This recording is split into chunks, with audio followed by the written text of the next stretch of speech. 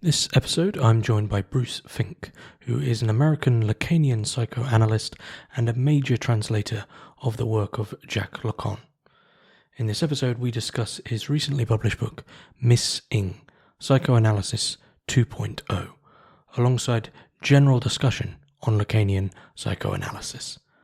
I'd like to say a big thank you to all my paying patrons and subscribers for making all of this work possible, and if you'd like to support the podcast and keep everything running, please find links in the description below. Otherwise, please enjoy. So, Bruce Fink, thanks very much for joining me on Hermitix podcast. Thanks for having me. We are going to be discussing your recently released book, Miss-ing, Psychoanalysis 2.0, which was published this year, 2024, by École Books, who were kind enough to send me a review copy, so a big thank you to them. Many people will, in philosophical, psychoanalytical, psychological spheres, will know your name. You are a renowned, very well-known scholar of the work and psychoanalysis of Jacques Lacan. And this book is a collection of essays on the work of Lacan, each of which is titled with the sort of, the play on the psychoanalytical gap, which we often find, the paradoxes and leaps that happen in psychoanalytical theory. So we have misconceptions, near, miss-ing as the main title of the book, each loosely based around these topics. Big collection of essays, inclusive of a few interviews as well, dealing on a very broad selection of topics. So before we get into Lacan and the world's psychological problems, please tell us a little bit about yourself, what it is you do, and the genesis of this collection of essays. Well, what I do is fairly varied. As you know, I translate a lot of Lacan's work into English. Not just his work, I've also translated Colette Solaire's work.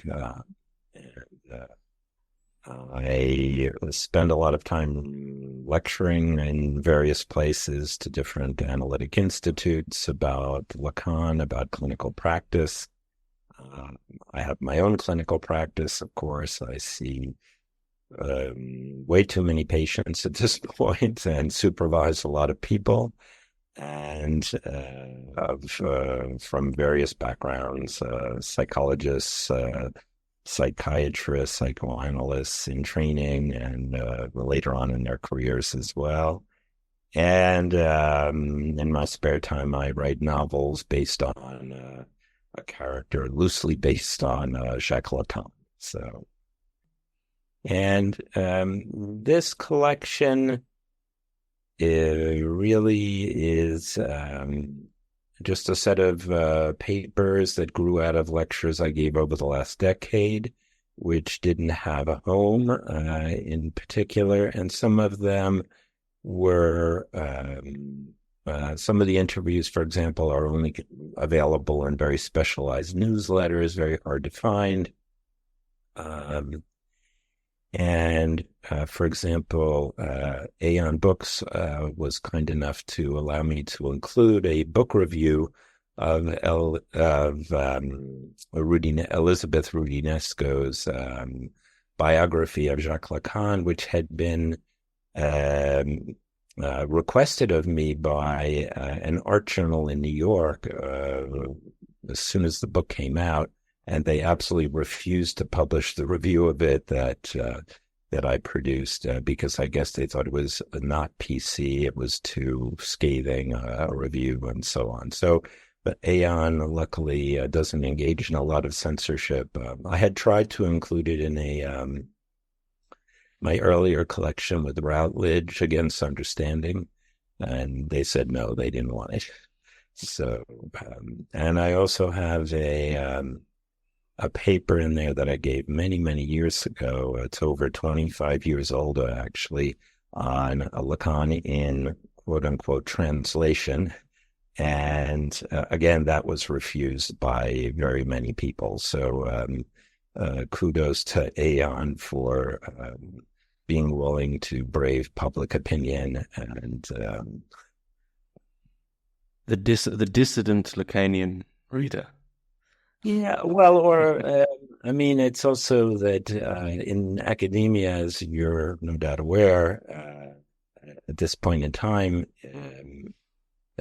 in America, in any case, I don't know what it's like in England, but you really can't say anything in print against somebody else, or you can't say that so-and-so really doesn't know what they're talking about or really doesn't understand French or that sort of thing. In France, you can do that. People do it all the time. But in the United States, you can't. And I see that at least Routledge felt that, you can't do that over there either. So there is a lot of censorship, I think. Mm. Yeah. Mm.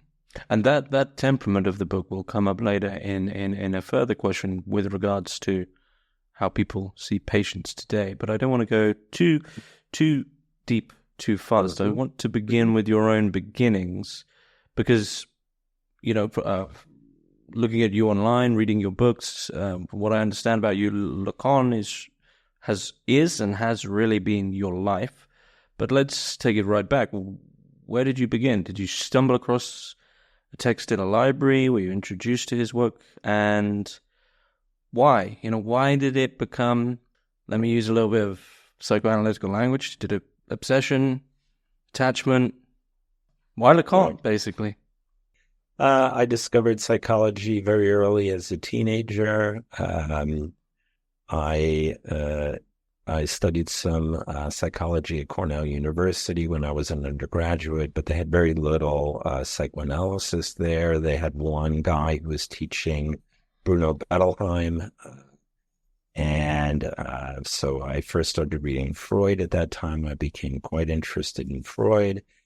And then because of my political orientation, I was reading a great deal of Marxism and critical theory. And a friend of mine eventually introduced me to Anti-Oedipus by Deleuze and Guattari. And of course, Lacan is the boy to bash in that particular book.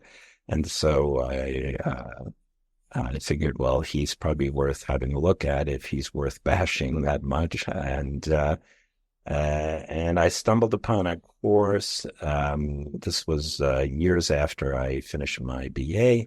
I sat in on a course by a guy named Richard Klein at Cornell in Romance Studies, and he was teaching a course on Barthes, Derrida, Foucault, and Lacan.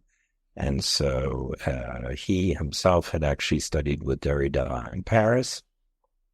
And I talked with him quite a bit about Lacan, and he gave me the names of some people in France to talk to, and I thought I'd just go over. I was very interested in Lacan's notion of the subject. I didn't know exactly what it meant, but there was something that intrigued me about it.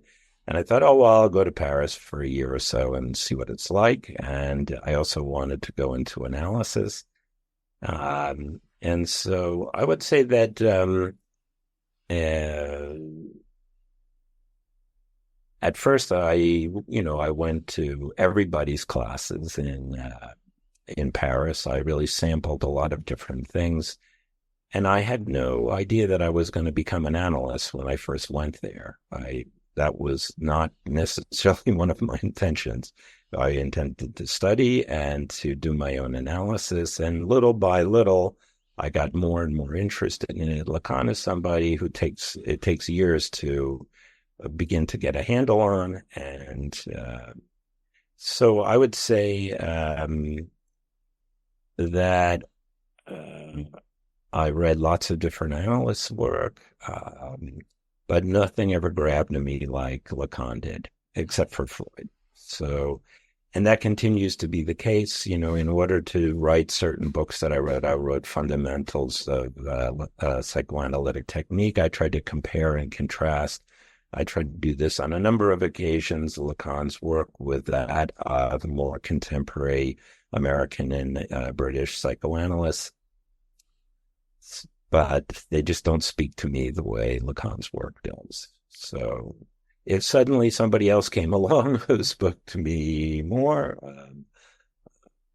I'm sure I would go in that direction, but thus far. You mentioned there, I mean, just to expand on that and to have a little play on your title, you mentioned there that you're into psychology from a young age.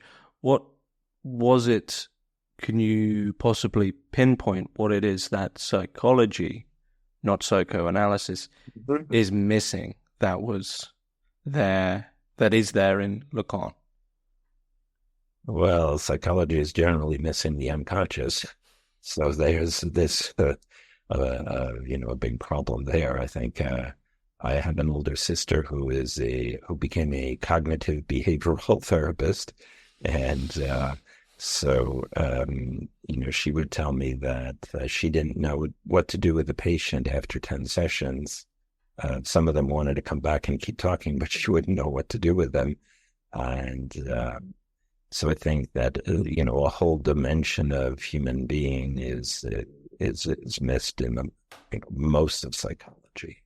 Well, before we set foot then into the lay down on the couch, set foot into the room, why are we bothering to walk in at all? And two questions there. Why are we bothering? So I guess the primary question, why are we bothering with therapy? Why are we bothering psychoanalysis at all?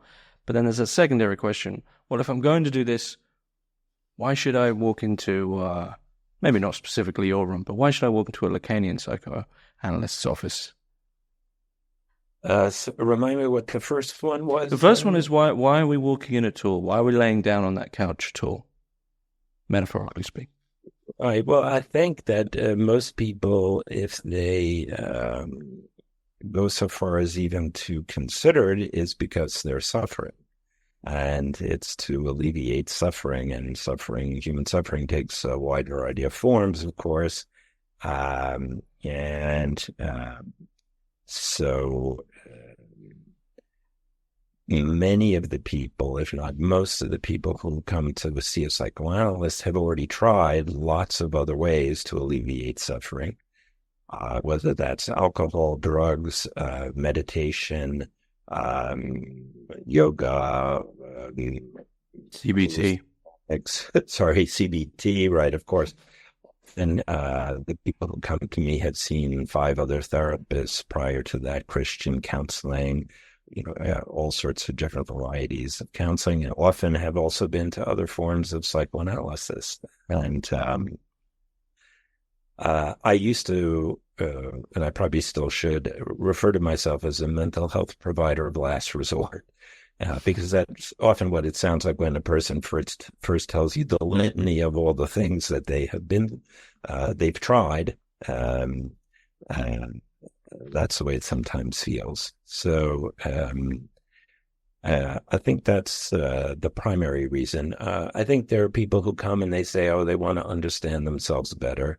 That's usually just an excuse to get in the door, and there are other real concrete forms of suffering that they're grappling with. And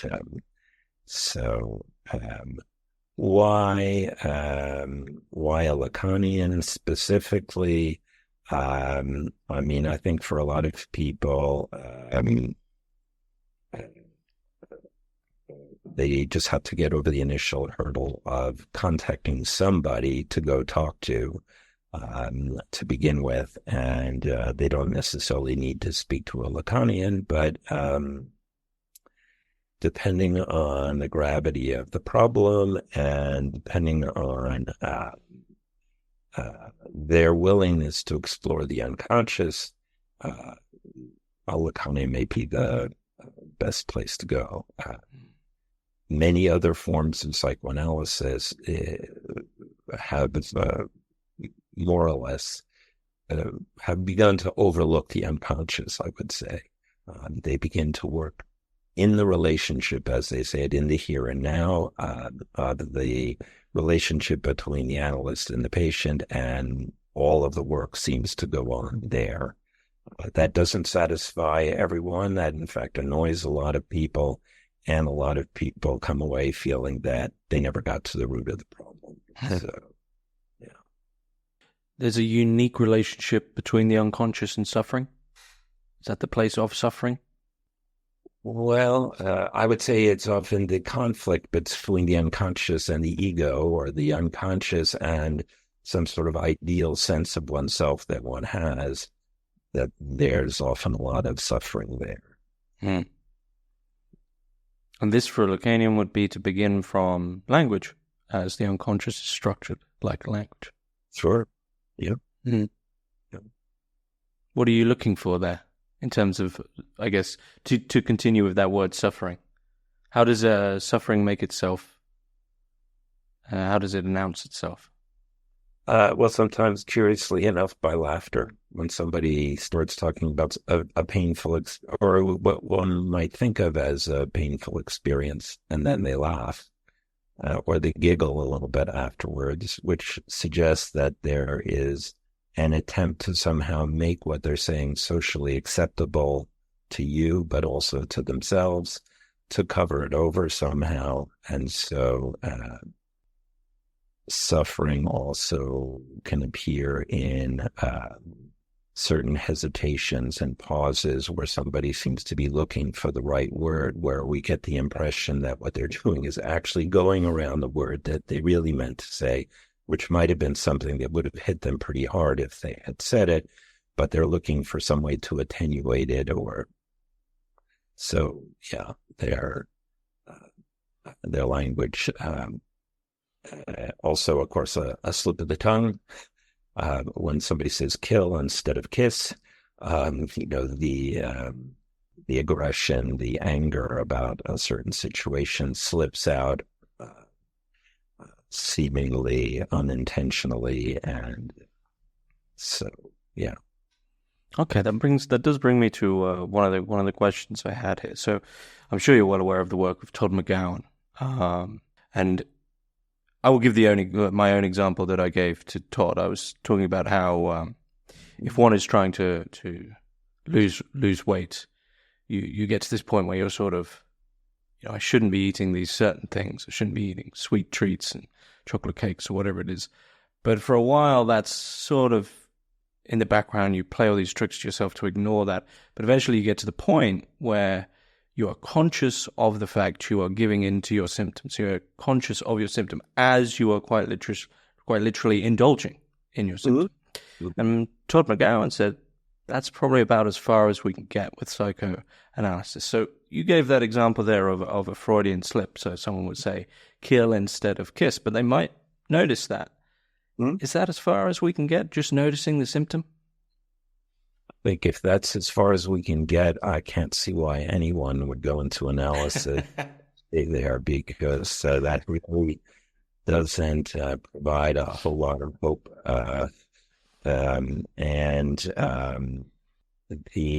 In my own analysis, my own personal analysis, symptoms certainly got resolved, and in my own practice, symptoms generally abate considerably and sometimes even disappear altogether. People who struggle with weight problems stop struggling with them. And I think that maybe what Todd was referring to there, I didn't listen to the podcast, so I don't know for sure, but maybe he was thinking of Lacan's later notion of identification of this with the symptom. Where the idea is that the patient at the end of the analysis has identified the symptom, but no longer has the same hatred of the symptom, let's say, or and has come to see that symptom is somehow integral to his being, and has adjusted in some sense his stance with respect to the symptom. Now, even if Lacan talked about identification with the symptom fairly late in his work, it doesn't mean that he stopped believing that the symptoms could be alleviated. In the 70s, he has a very nice quote about the possibility of resolving symptoms with an apt interpretation, as he calls it. This is 1977. So he certainly never gave up on the idea of alleviating or resolving any symptom whatsoever.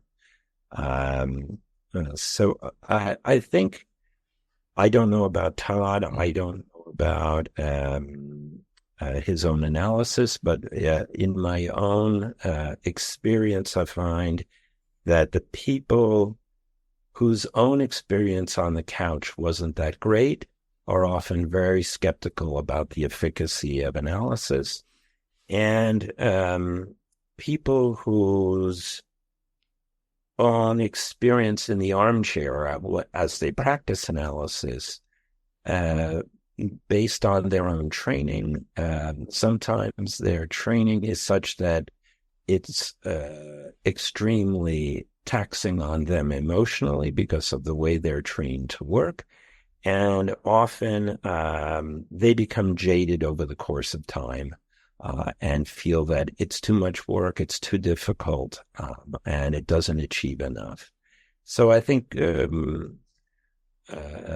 it's sort of two-pronged in a sense. If you have a good experience of your own in analysis, I think that you're a bit more optimistic going into analytic practice about the possibilities. And if you manage to find a type of an approach to practice that actually seems to work for you, and supervisors who are able to help you fine-tune that practice, you're going to be more optimistic about what analysis can do. I remain very optimistic after 37 years of practice about what it can do. I was going to say you seem very optimistic. Draws in a couple of words that you use there that I think are risky in our postmodern world. Alleviation and resolution. Completeness. Wholeness, maybe. And this, I'm going to draw in a few threads together because it brings me to probably my favorite quote from your book, and one of probably the more controversial, maybe not so controversial, but I liked it, where you say on page 16, "My sense is that analysts today tend to view a patient as a needy baby who can't get enough of their love and attention." And I think this is connected to a cultural notion or understanding that therapy is something that will make you happy, specifically happy. And this whole idea of antidepressant in a binary where if you're not depressed, you are happy. Now, resolution, alleviation, that's not necessarily happiness. No. No? No. Yeah.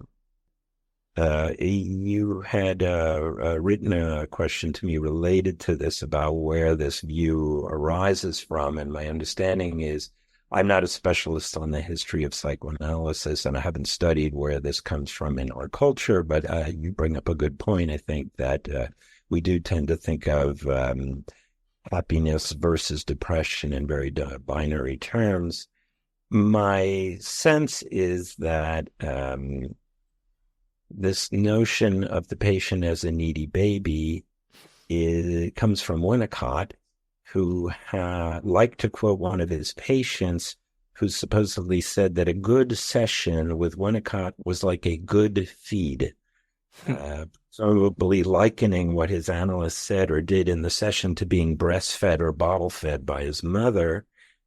And my sense is that, first of all, there is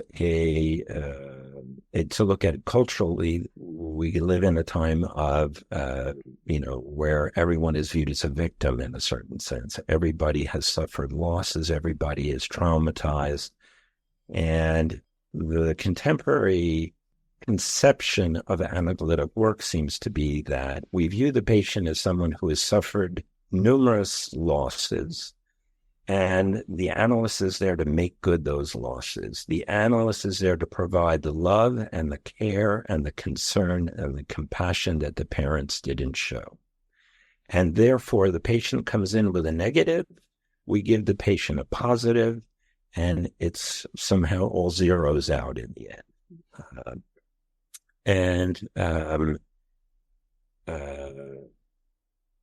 And that gives the analyst a very specific thing that he or she is supposed to do, right? To be warm, to be caring, to provide reassurance and compensation for losses. Whereas the idea is you give the person what the person didn't have, And you also give what you have as a human being, right? This is the kind of thing you could ideally get from your best friend, if you were to have one, or one who was willing to do this kind of thing. And as we all know, it's much easier, it seems much easier to give a baby what it needs than to deal with all the complicated problems that an adolescent or an adult have. Due to our socialization, due to our coming into being in language, the things that we want, and the things that we say we want, and the things that can actually satisfy us, there's often a huge gulf between those things. However, with a baby, perhaps you can satisfy it in many cases by feeding, by holding, by talking, by comforting, and so on. Lacan's whole point of view is that we have to give, as analysts, we have to give what we don't have rather than what we do have. We don't try to make up for the losses that the patient suffered. Everybody suffers losses. That's part of being human. What Lacan seeks is a kind of sublation somehow of the loss, some sort of going beyond of all these losses. It's quite a complicated process that he talks about to get there, but that requires the analyst to give what he doesn't have, which is to not give answers, to create a space, an open space in which the analyst then begins to work, begins to associate to dreams and daydreams and fantasies and intrusive thoughts, and begins to do the creative work of interpreting on his own. So that's a much harder project, right? Opening up Pandora's box and letting all of the demons out, and allowing them to stay out and not trying to patch them up as quickly as possible or shove them back in or put a big Band-Aid on the whole thing. So it's a very different approach, I think, to what the patient is up against and what the analyst's task is. There seems to be a fairly deep irony there, considering that the assumption of the analysand and the analyst sat in a room would be quite a close relationship that acknowledges the existence of both in quite an intense dialogue setting. But there seems to be a sort of, you mentioned Winnicott, and it made me think that this Lacanian approach then is almost like a sort of reversed Winnicott peekaboo, where, yeah, you exist, but I'm not here. You exist, but you're on your own. And it also makes me think of, I read this recently, a conversation between Freud and Jung, where Freud, he was asked, why did you stop facing your patients? Mm-hmm. And he just said, well, I was getting tired of staring at someone for 8 hours a day. So then the couch or whatever it was in front of him. And so suddenly that person is now looking into space and they're kind of vulnerable, they're on their own. So there's an irony there that the point of all this seems to be that it should be a dialogue, and yet your purpose is to allow the patient to just be fully vulnerable, fully alone, accept their aloneness. Well, no, I don't see it quite like that. Okay. I mean, I think that the analyst, even with the patient on the couch, remains present through sounds he makes, even little sounds like,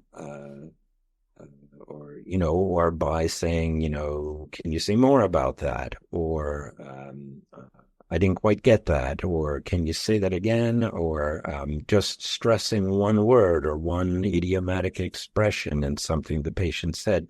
It's a very attentive listening process, and many people commented on Lacan's incredible ability to listen, and which meant that they could tell that he was listening by the sounds he was making. He wasn't necessarily saying anything in particular, but he was making sounds. His very listening presence was very clear to them while they were on the couch. And I occasionally work with analysts who say really nothing and don't provide some of those cues. And I think that somehow the patient begins to feel at sea.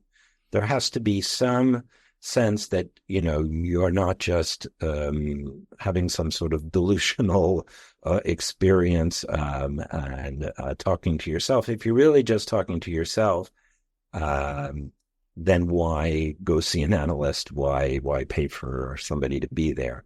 Lacan says, Freud was not quite barking up the right tree when he said that the important thing in psychoanalysis is to make the unconscious conscious. Lacan says what's curative is when the unconscious is spoken to another person, when what has been unconscious is able to be formulated and spoken to another person. It doesn't have to become conscious, but it has to be said, and it has to be said in the presence of another person. So we certainly don't leave the other person, the patient, on his own to do all the work. We encourage that work. We foster that work. We prod it on in a certain sense, like Socrates, right? We're a gadfly. We try to keep getting them to go further and further and further. And in that way, we support a process which is very difficult. It's difficult.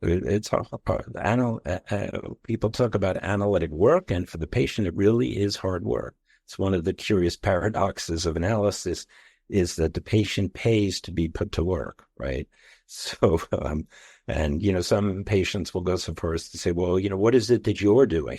What is the analyst doing? I'm doing all the work here. Well, in the best of cases, at least our work is to put the patient to work. Well, this leans into maybe you can dispel this notion. This one of the cultural memes, we could say, around Lacanians and especially Lacanian therapists, that they can often be quite draconic, quite demanding, quite severe. Even that seems to be a function, not not an error, because it would be an error into that other kind of analysis that you said, where you're there just to sympathize, just to bolster, just to treat them as an infant. Is there an element of you're providing that which was lost, the losses, but not all of them would have been pleasant things? I have a sneaking suspicion that this has more to do with personality and a cult of personality than it has to do with anything in Lacanian theory. The idea that the analyst has to be mean, essentially, or, everything comes to me in French right now, unpleasant, a hothead, and things like that. I think that has more to do with a certain Parisian personality, a French temperament, we might say, and that's letting oneself go in the opposite direction, as you said, from the warm, caring kind analyst. But I don't think that that's really part and parcel of the theory. Lacan at times was known to have been quite difficult, and he would express annoyance at his patients in no uncertain terms and so on. Whether he would have said that was a good analytic moment of his, I don't know. I think that wasn't typical of him. And so this harsh side that is sometimes associated with Lacanians, I think, has more to do with a certain French temperament than it has to do with, none of the Lacanians that I know in the U.S. that I've worked with are like that at all. So, okay, yeah. To continue on this, the relationship, I guess, between the analyst and the analysand. You mentioned in your book, in one of the essays, that prior to the discussions, prior to beginning, there is largely an assumption on the side of the analysand that you know something. You know they're unconscious. You are, I don't want to say master slave, but there is that kind of authoritative relationship where you are the teacher, you are the tutor, you are that above thing. Now, the question I have is, could analysis be successful, whatever that means, without that sort of inequality? If they thought, no, he doesn't know anything. Yeah, I think that there are plenty of patients who come to analysis with the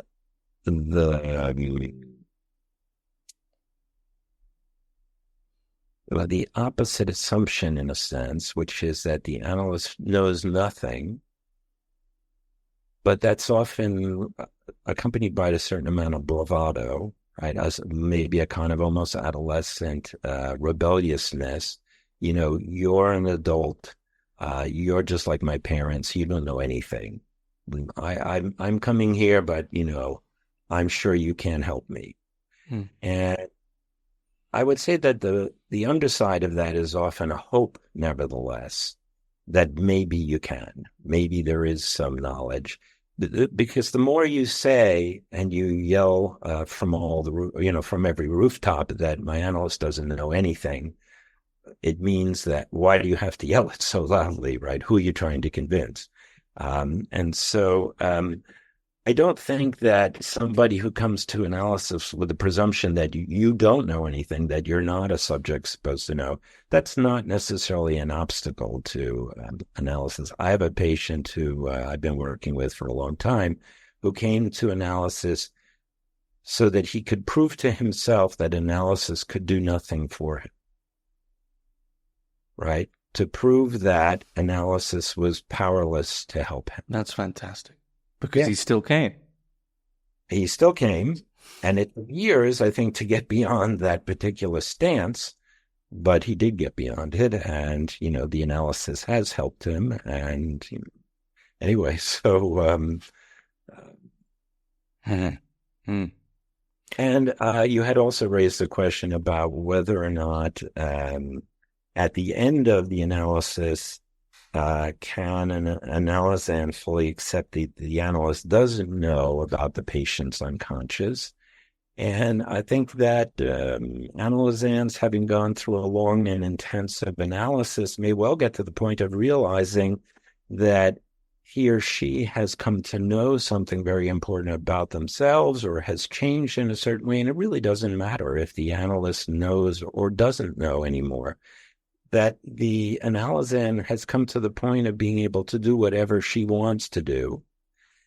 And she doesn't care what other people think about it. And she doesn't care if the analyst approves of it or disapproves of it. And and, you know, as you know, I also wrote about Against Understanding. I talk about the relative unimportance of knowledge. Some people during their analyses seem obsessed with trying to figure out exactly what happened at a certain point in their past. Was a certain thing that seems like a memory that they have, was that a real event or was that a fantasy? What happened at this decisive turning point in their past? And I think in the best of cases, they go beyond being concerned with, can they know it? Is it knowable? Can they know that it happened or it didn't happen? Can they know exactly what decision or choice they made at that particular moment in time? But now they're able to do what they want to do. And that's more important than any kind of knowledge. So it's not some sort of theoretical knowledge that they acquire. And therefore, it doesn't matter if the analyst has theoretical knowledge. When I was teaching at Duquesne University, there was a student who was a young clinician at the time, and what he always wanted to do whenever he wrote up a case presentation was show it to the patient to make sure they were on the same page and that they had the same understanding of things. And he was always jarred by the fact that they never had the same understanding of things, and that what he thought he understood best, the patient actually totally disagreed with. So we don't have to be on the same page in that way. And I think the analyst then, in the best of cases, doesn't worry about what page the analyst is on anymore at the end. So what kind of... Oh, sorry, no, go ahead. Well, that's why, Lacan talks about a kind of subjective destitution of the analyst at the end, where the analyst is kind of sloughed off or is shrugged off. It doesn't really matter to the analyst end anymore what the analyst thinks or feels or whatever. The patient is done with the analyst. That's great. Why not? So how is it? I like that anecdote of showing the report and realizing you're both not on the same page at all. How is it? What kind of communication are you trying to bring about? Well, I wouldn't use the term communication at all. You don't communicate? Well, let's say the phrase I always use is all communication is miscommunication, and that there is a fundamental gap between what you think you've told me and what I think I've told you. And you were in academia, so you've probably taught a bit, and you always see that what you think you conveyed very well to your students is not at all what they remember, and it's not what they repeat back to you or they say on an exam, and we see this in psychoanalysis all the time. A patient says something at the end of a session, I write it down, and if I repeat it to them in the following session, they say that's not what I said. Even if I wrote it down verbatim and I'm quite sure, that's not how they remember it. And that's fine. It's just something, I think what we have to work with, the slipperiness of all speech, of all discourse. And I think we have to grapple with the fact that we are misunderstanding other people all the time. And in analysis, of course, that's it's brought home to us, I think, even more clearly, quite a lot. And but we don't have to understand each other completely. And often, even in my bumbling attempt sometimes to grasp what someone is saying, I say the wrong thing and they correct me. I say something which spurs a certain thought process in them, and they say something much more interesting than what I was thinking anyway. So I think what's most important for us is to find ways to get the patient to say what it is most important to say, even though we can't possibly know what it is in advance.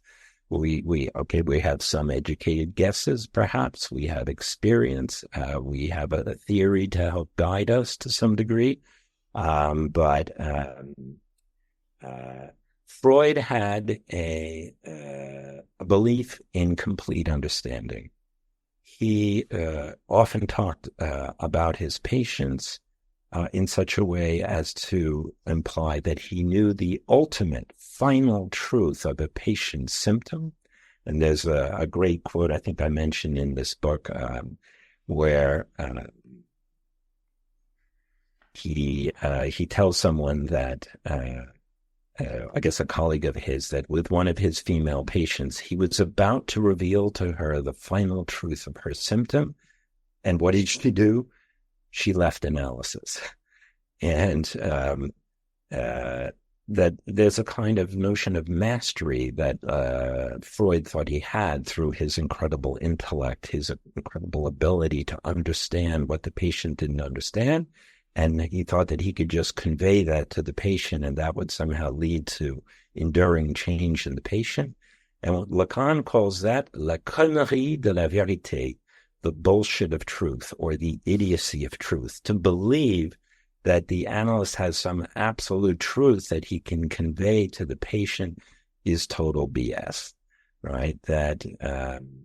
That's not how it works, right? Is that a common obsession? That sense of one day someone will finally say the right words to me and then I'll be done? I'm not sure that that's the patient's obsession. I think that is the many analysts' obsession, is that they have to find the exact, especially analysts in training, people who haven't been working with patients for a very long time will often find that outside of sessions, they're taking millions of notes and they're poring over their notes and they're spending the weekend trying to figure out exactly what is going on for the patient. And they want to come back on Monday morning with some brilliant interpretation to provide. What they often find is that brilliant interpretation rolls off the other person like Teflon, right? Like water off a duck's back, rather. And what's much more important is what they're able to get the patient to say, not these brilliant interpretations that they themselves come up with. That doesn't mean it isn't important for us to think about cases, to talk with supervisors about them, to try to formulate them. But there's certainly no absolute truth that is of any value that we arrive at like that. It seems, communication never stops. The unconscious is always going to be there, always going to be possibly evolving, changing. Language evolves, changes. Why do we have such an aversion to the fact that there isn't going to be this point? Why do we always want reason, we want knowledge, we want full stops? Why do we have such an aversion to that? Maybe I'm projecting. Well, an aversion to the idea that there's no absolute truth, or... Yeah. Well, it's reassuring to think that there is, right? So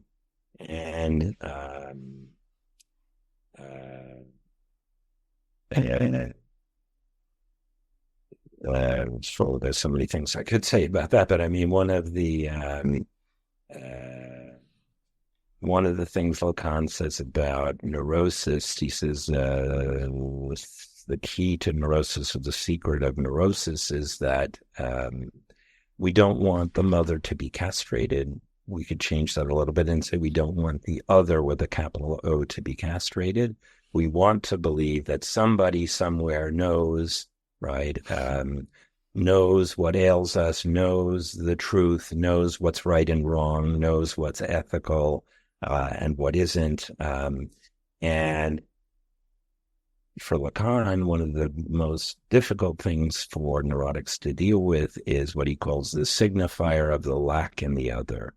The idea that the other is lacking, the other with a capital O is lacking, doesn't have knowledge, doesn't have all the knowledge, doesn't have all the answers, can't explain why we're here and what we're doing on this planet and what we're doing in this universe. And that's just something you got to grapple with. It's something, when in Seminar 6, when he talks about Hamlet, he basically says that Hamlet in the course of the play is confronted with the signifier of the lack in the other as for the first time in his life. And anyway, it's a long, complicated discussion there. But if you think of the graph of desire, the signifier of the lack in the other is an incredibly important math theme on the graph and a position to arrive at. Because as I was saying, when Nana Lausanne gets to the point of not caring whether or not there is an absolute answer to the question he came to analysis with, for example, or that evolved over the course of the analysis, the lack in the other has been accepted in a certain sense, right? Gone beyond. I don't need that in order to be able to act in the world. I don't need to have some sort of absolute truth, some system telling me how I should act in order to be able to act in the world. A lot of people come to analysis and they say, I know I shouldn't feel this way, but I'm really jealous of my partner because of X, Y, and Z. And I said, I'll say, you shouldn't feel that way. What do you mean by that? And there's a whole notion of, that there are shoulds and shouldn'ts as regards feeling, not just as regards actions, but even what the thoughts that one should have, and the feelings that one has. And I think analysts have to get to the point where they recognize that those things simply are. and there's no right or wrong about them, and that they don't need to have some sort of somebody else's stamp of approval or blessing in order to do what they want to do in the world, to feel the way that they feel, and so on. That's interesting. That paradox, that contradiction of I shouldn't feel this way, but in saying that, of course, you do feel that way. So there's that strange conscious, unconscious contradiction, paradox. And this brings me back. You mentioned earlier that the analyst has to give what they don't have. And you mentioned that exact same quote you refer to in relation to love in the book, that when two people are in love, each has to give the other what they don't have, which is this sort of strange, I guess, big cliche, but the opposites attract type idea. That sort of strange motor of contradiction keeps things moving along. And so it seems, even though we perhaps lie to ourselves that we'd love that knowledge, full knowledge, it's done, life is done finally, it's actually the contradictions, the paradoxes, that lack, whatever it might be, that strange impasse that keeps things going along. And now it seems like a form of suffering that isn't suffering that we were talking about earlier, that you'd go to try get healed or resolved. But we need that little seed of suffering just to keep things going along. Yeah. You also asked, in some of your written questions about comedy and about laughter in psychoanalysis. And I think even in a couple that have worked through a lot of difficulties, the very difficulties that continue to arise can be taken in a different way than they were taken at the outset, and they can be laughed at. And, it's the same impossibility that we keep running up against, or something like that. The same miscommunication that keeps happening, and so on. The way you put it, that in a love relationship, each partner has to give the other what he doesn't have. The fact is that's very rare. I mean, I think giving what you don't have is extremely rare and extremely difficult. And I would say that in most love relationships, it doesn't happen, or it happens very little. And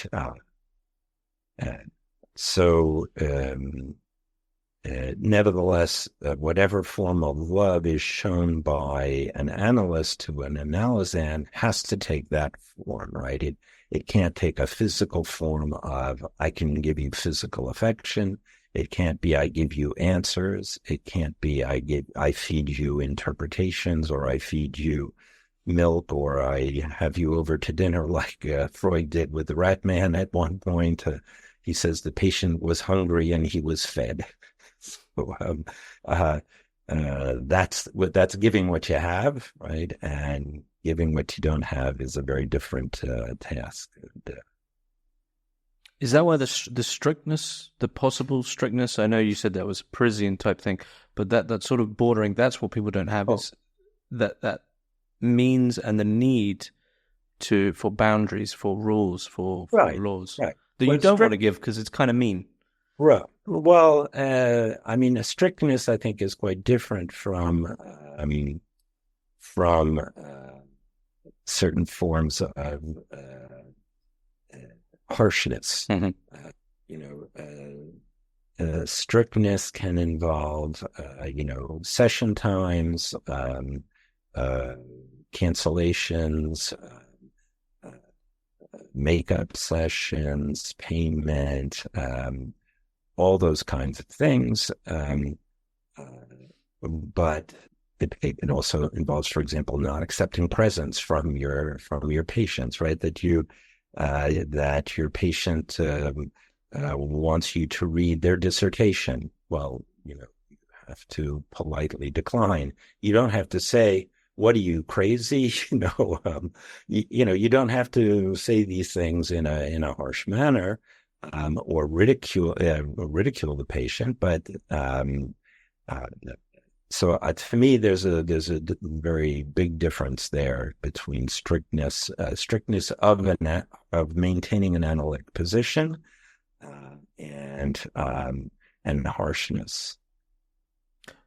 What is it that's lost when the relationship between the two becomes more of a social relationship? Well, it depends on what form that takes, of course. And what begins to happen, for example, is that the analysand begins to know more about the analyst as a person, and then perhaps begins to tailor his discourse to who he thinks that person is and what that person can handle and can't handle. So, for example, if the analysand learns about some tragedies in the analyst's life or illnesses, then won't talk about illnesses in his own life or in his own family or tragedies, or we'll do it all the time, depending on his own psychology, right? But all of a sudden, this little bit of knowledge that the patient has about the analyst skews what the patient talks about in the therapy. And can often lead to a kind of situation in which the analysand then tries to amuse or to abuse the analyst, depending once again on his psychology.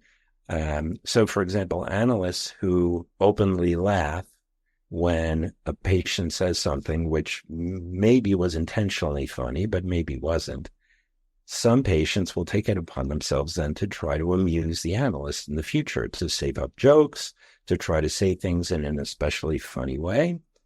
And what are they doing then? They're making the analyst into this other with a capital O, who will approve of them, who will smile upon them, who will, right?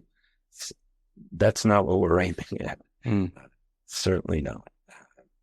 If you're doing your analysis to please somebody else, then you're not really doing analysis. Seems that Lacanian psychoanalysts are a little inhuman. In what sense? Well, if there's no image there at all, what exactly are you? Just a blank slate? This is not a criticism, but from what you just said, what does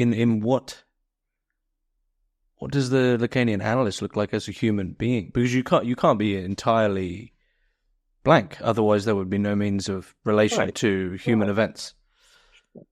And, I think we all reveal a certain amount about ourselves just in the way we talk, our tone of voice, the expressions we use, the way we dress, the house we live in, the office we have, the furniture we have. You're not a faceless robot.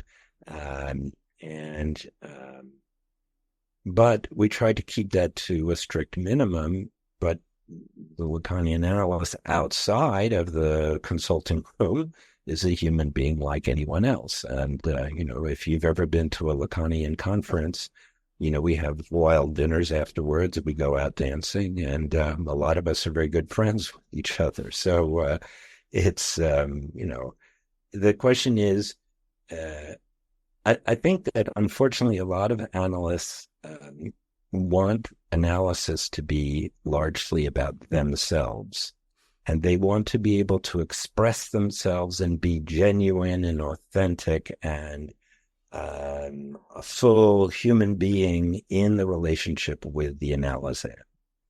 And I don't think that that's really what's called for. It's not about the analyst, it's about the analysand. And one of the things Lacan talks about in many places, he says that we're not there to have the analysand fall in love with us, but we help ripen the analysand's love for someone outside of the analytic setting. And we're there to inspire a love for the unconscious in the patient and not a love for ourselves. And I think there are plenty of analysts who want to inspire a love of themselves in their analysands. But then as I always put it, they're looking for love in all the wrong places. Mm-hmm. Mm-hmm. Yeah. Okay. Also, when you think of that, when an analyst is looking for love, the patient realizes that. And I've had many patients come to me who have said things just like that. Yeah, I could tell that my analyst, really wanted me to say that he was doing a good job, that I liked him, and so all this sort of stuff, and that led them to flee the analysis. So, because what it is then it's a demand, right? It's a demand for love in return. They feel that they're doing something exceptional for their patient. They're showing love to their patient. They're compensating the patient for his or her losses, and then they want the patient to love the analyst in return. Essentially relates to one of your, this is in your afterthoughts, maxims and quotes section.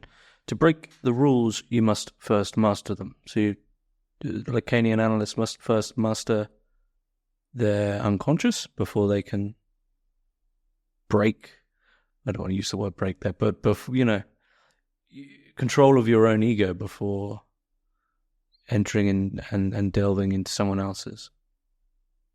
Yeah, I don't think you master the unconscious. Every analyst makes a slip of the tongue while interpreting at times, makes a slip of the tongue when giving an appointment time, gives the wrong day or the wrong hour. So we never become masters of the unconscious, but I think what we do learn to do is keep our eye more on the ball of what the analysan is talking about than on our own reactions to what they're saying, to what they're feeling, as opposed to taking our own feelings very much into account and trying to put them out there. We try to focus on what they're feeling, what they're saying, what they're thinking, what they're holding back, etc. It's a discipline, and it's a lifelong discipline, I think. And there are plenty of people for whom it's too hard. They try for a while. Perhaps they didn't go far enough in their own analyses to be able to do that. Maybe it's just not for them. So there's one question I want to add in there, but I just want to make sure you're okay for time. Yes, yeah. Yeah, sure, I'm fine. Okay. So this is combining two of the questions, that one I skipped and one right near the end here. So it is undoubtable that therapy is on the rise in the speak of the Western world here. I mean, I think the statistics in the UK are sort of almost getting close to 40 to 50% of all people in the UK are on either anti-anxiety or antidepressant medication, something like that. And so therapy as I think as a cultural norm that is spoken about and often advertised is becoming normal. But at the same time, we live in a world that many would argue is sort of extremely liberal, where we have allowed a massive transgressions and overcoming of certain taboos that 40, even 20, 30, 40 years ago weren't. And so many would say, you overcome these transgressions, you sort of maybe have some catharsis, and yet we're more miserable than ever, it seems. What's going on from a Lacanian's point of view? The first part of your question, I guess the whole of it is quite complicated because I don't believe we have any real data to say that people's mental health is worse today than it was, let's say, in Freud's time. Okay. What we do have is, first of all, we have medications which didn't exist at his time, right? If people were unhappy, they drank, or, maybe they took certain kinds of drugs which weren't even widely available at that time. They had various ways of coping. Today we have, also there were very few therapists at Freud's time. So, if you wanted to go into therapy, sometimes you had to cross the ocean and go to Vienna if you wanted to find one. And there wasn't a plethora of therapists of all different kinds in the world. And therapy was often prohibitively expensive, especially analysis at first was confined to the medical establishment for quite a while. And then the Americans wanted to keep it that way. The psychologists finally lobbied them in a huge lawsuit in the 70s to allow them to be able to do intensive therapy with people.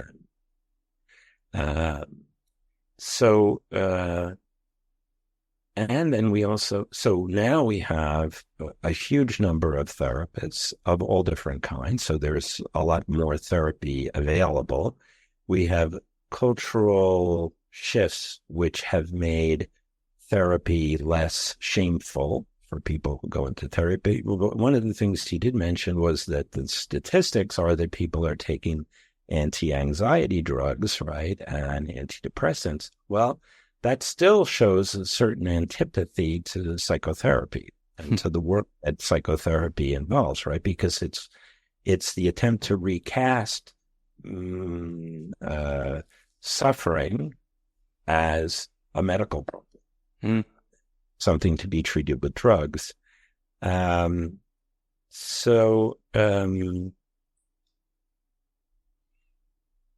Just anecdotal evidence that goes in the direction of what you said was during the lockdown. During the lockdown, in my own practice, I started to get people asking to do analysis every day. I got a new request. Every analyst that I wanted to refer somebody to because I couldn't take everybody on myself, of course, but all of my colleagues were overwhelmed as well. So I think what happened during the lockdown is that a lot of people had troubles and had thought that they should go into therapy at some point already. And suddenly they found themselves with a lot of time on their hands and not much to do, nowhere to go. And that's when, of course, the telehealth, explosion occurred, where suddenly everyone who had told me, for example, in the schools that I trained in Paris, that, you can't work by telephone, you can't work by Zoom, all of them were doing it, and all of them were thinking that it was working just fine and have continued to do so to this day. But so one, there were people who had already been thinking of going into therapy who sort of took the leap at that point in time. There were also people who, because of the loneliness, reached out for psychotherapy for help, often for a shorter period of time there. And there were people who had difficulties in their families, but because they were out of the house for a good part of the week, things didn't arrive at the boiling point too often. And suddenly, when people were, in small apartments in big cities, things got tough. So there, I think we certainly saw a huge increase in the number of people seeking therapy at that particular moment in time.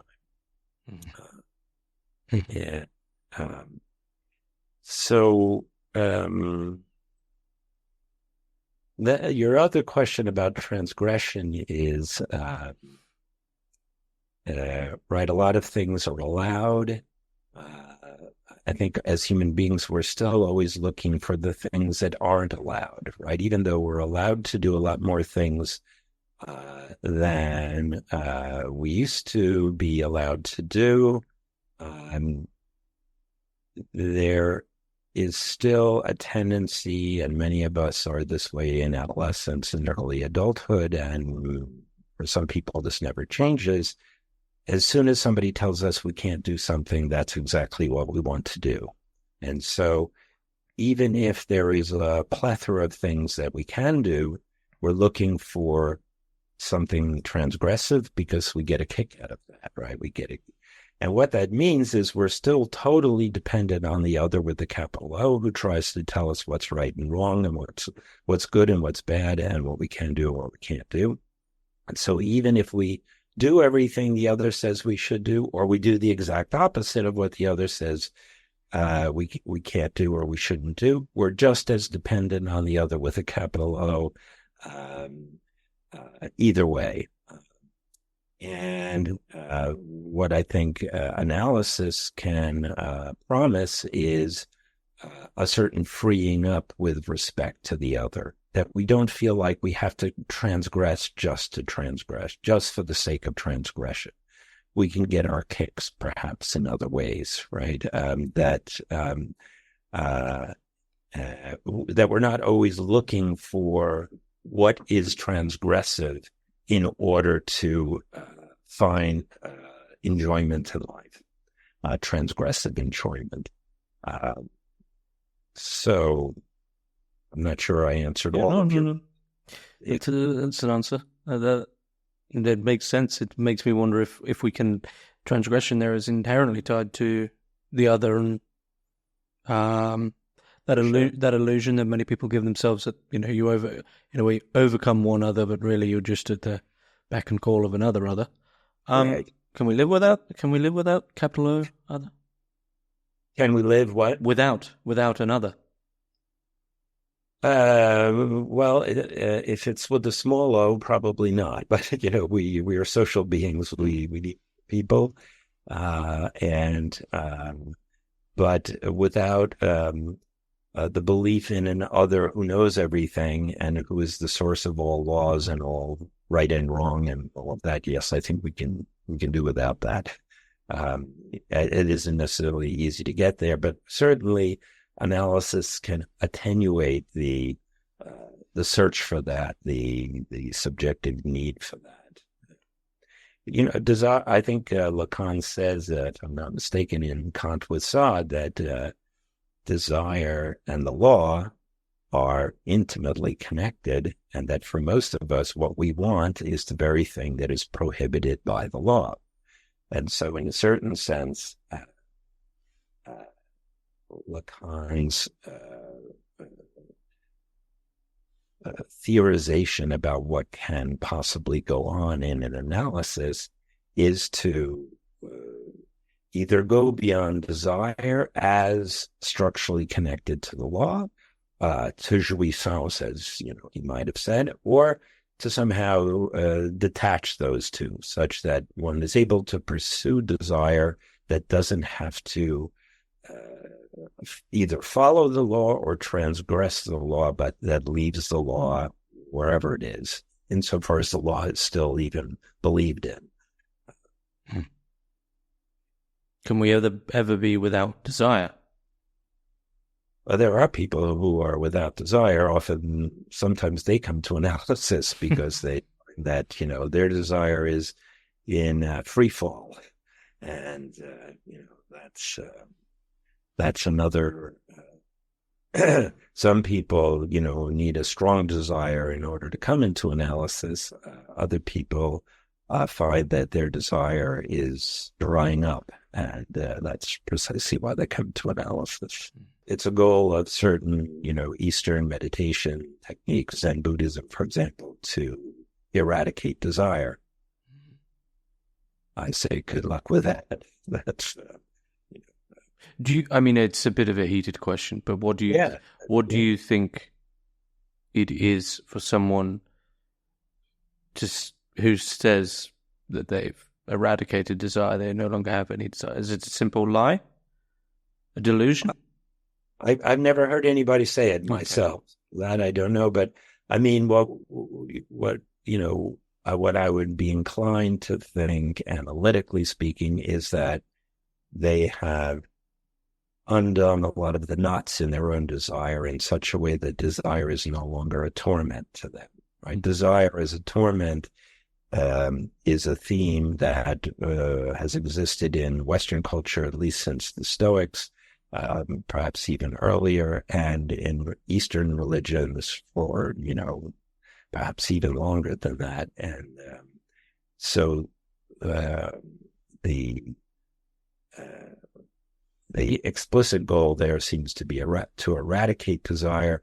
I think what Lacan talks about more is to work out certain kinks in desire or knots in desire that make it such that you can't pursue it, and such that it stops being a torment because you can't pursue it, or because it's for for example, he says that the obsessive's desire is for impossibility itself. Okay. So either you eradicate the desire or you transform the desire in a certain way such that it is no longer a desire for impossibility. But Lacan also says, I can't remember the quote exactly, never give up desire. Yeah, he says what results when you give up on your desire is guilt, right? That's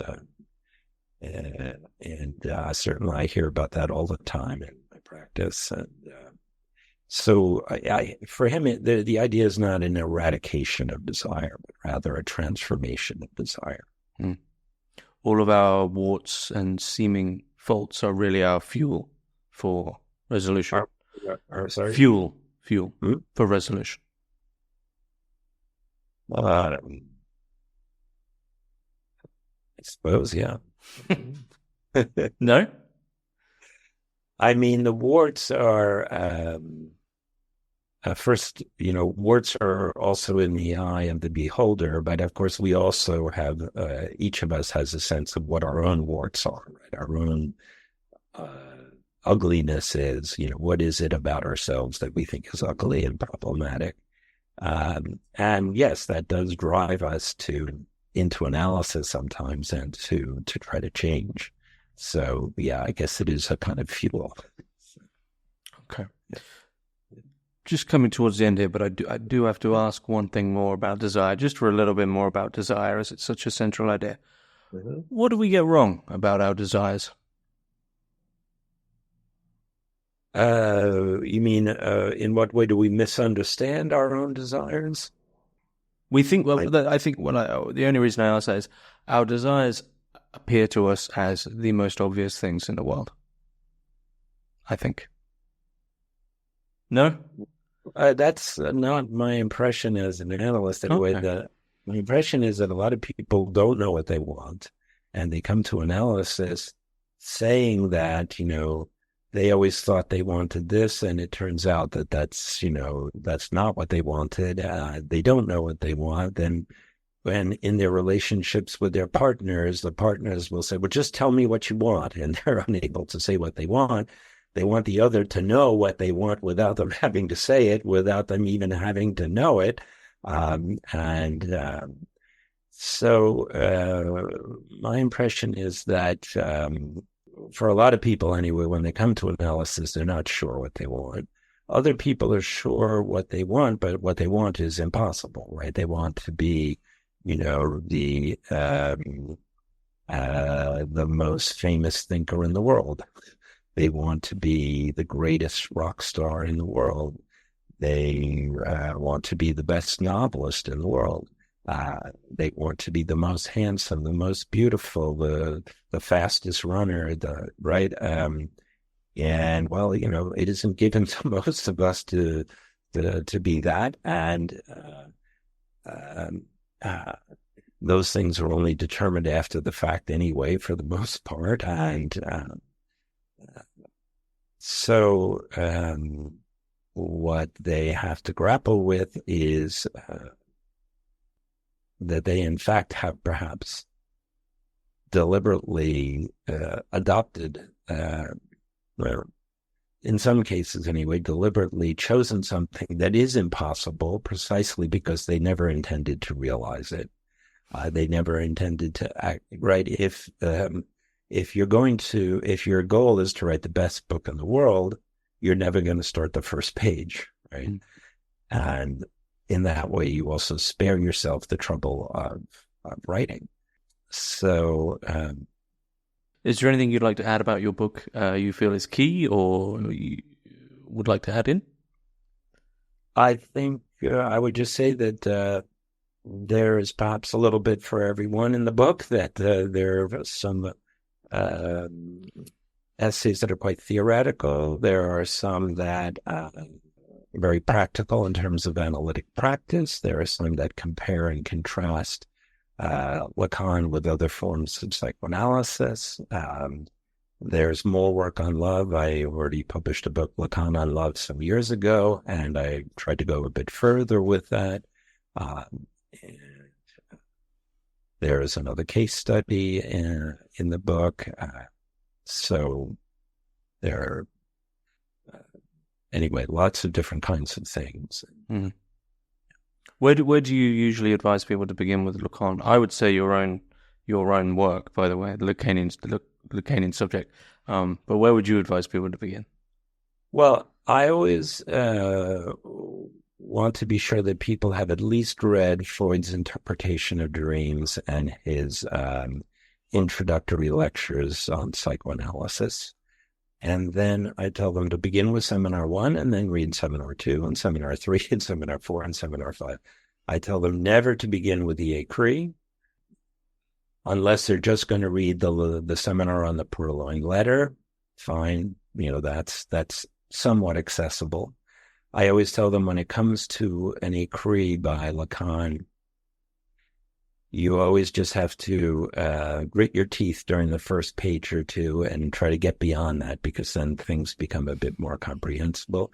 Even in the seminars, the first session of each seminar is often very, very dense. Lacan has been pondering a certain topic all summer long, and he comes in and he wants to somehow overwhelm you with the sort of the groundwork for what he's going to do in the course of the whole year. So the first week can be really tough, the first class that he gives. But I always recommend, and this I think has been quite successful with a number of my supervisees. I request that they read Seminar 1, then 2, then 3, then 4, and it really helps them, I think. A lot of it, this is partly because of the history of translations into English. People began with the École selection, and they began with the 4 fundamental concepts.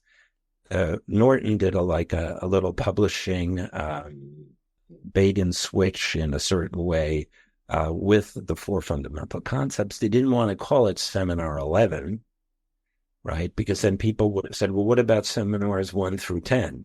And so they just gave it the title, The 4 Fundamental Concepts, and most people who approach it don't realize there were 10 years of weekly seminars. Often most of them are 400, 500, 600 pages each before getting to the 4 fundamental concepts. Then they butt their head up against, this impenetrable wall of verbiage and of technical jargon. And it's no wonder that it's so difficult. And most of the texts in the École are summaries of a whole year's work that Lacan did in a seminar. So it's impenetrable if you haven't read the seminar and if you don't know the seminars leading up to it. So it's even impenetrable once you have read all the seminars. Do it in many cases. Some of the texts like Kant with Sade and the subversion of the subject, when I translated those, 9 or 10 drafts were necessary to produce a text that I think is halfway decent, I don't recommend people begin with secondaries. No, I realize a lot of people do, but that makes the task easier, and it can be okay to have certain guideposts. My Lacanian subject, I tried to provide guideposts, the same in my clinical introduction to Lacan. But I think often what happens is that people read that instead of Lacan. And so I try to encourage them to start with Lacan. Speaking of which, what are you working on now? Another book on Lacan? Well, I just, I'm correcting the proofs of Seminar 18, which should be out in a couple of months. I just did a book-length commentary on Seminar 6, Desire and its Interpretation. So it'll be called Desire and its Configurations. It'll be out with Palgrave, I think, later this year. And now I'm working on autism in connection with the other structures, neurosis, psychosis, and perversion, comparing and contrasting them trying to present a lot of the more recent work that's been done in France in the last 20 years on autism. And who knows, I might get around to finally writing the Lacanian object instead of the Lacanian subject. So we'll see. And you also write fiction novels? I'm taking a little break from that now. The most recent one was the Da Vinci Staircase, and that was the biggest one I've ever done. So that took quite a lot of time and came out both in French and in English. And working on the French version was quite challenging as well. And so I have no inspiration for a new novel just yet. Okay. James, thanks for all your fascinating questions and your patience. Yeah, I'll be sure to put the links, I was about to say, I'll be sure to put the links for Missing and for your own site and works in the description below. But it's been a fantastic conversation, Bruce. Fink. Thanks very much. Thank you, James.